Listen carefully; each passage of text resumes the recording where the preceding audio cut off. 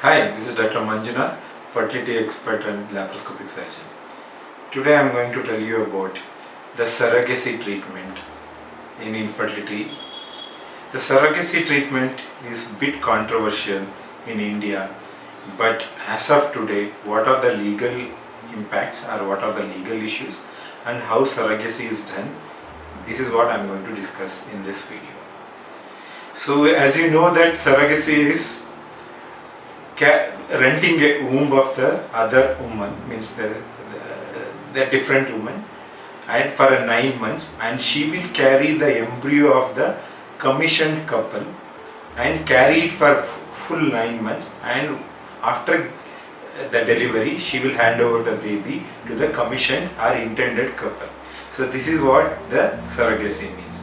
Basically, surrogacies have two types. One is traditional surrogacy and the gestational surrogacy. Traditional surrogacy is not at all practiced anywhere in India. What was practiced is a gestational surrogacy. Traditional surrogacy means the surrogate mother is also an egg donor. Means to say that she will have her egg in the process. But that's not allowed in India. Only which was allowed and which will probably continue to be allowed is gestational surrogacy. Means to say she will rent only the womb or the uterus. She will not donate, or her egg will not be a part of the treatment. So the commissioned or intended couple should have their own embryo, at least one of the egg or the sperm, it should be from the commissioned couple. So either the egg or the sperm should come from the intended or the commissioned couple.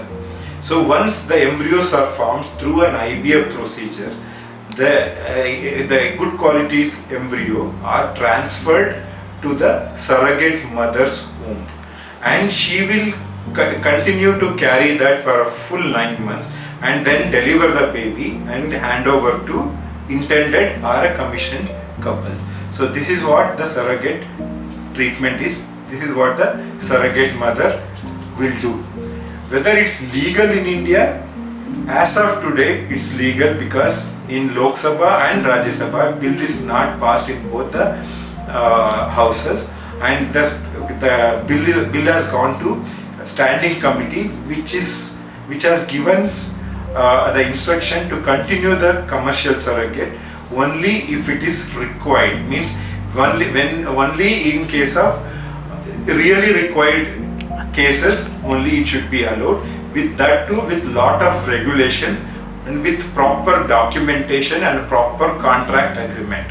Means to say there will be a proper contract agreement between the intended couple and the surrogate mother, stating clearly what all the things has to be done, what are the finance involved, what are the compensation the surrogate mother is going to have, and what are the insurances in case of any complications arises, what are the insurances they will have. So all those things will be properly documented, and that agreement is between intended couple and the surrogate mother.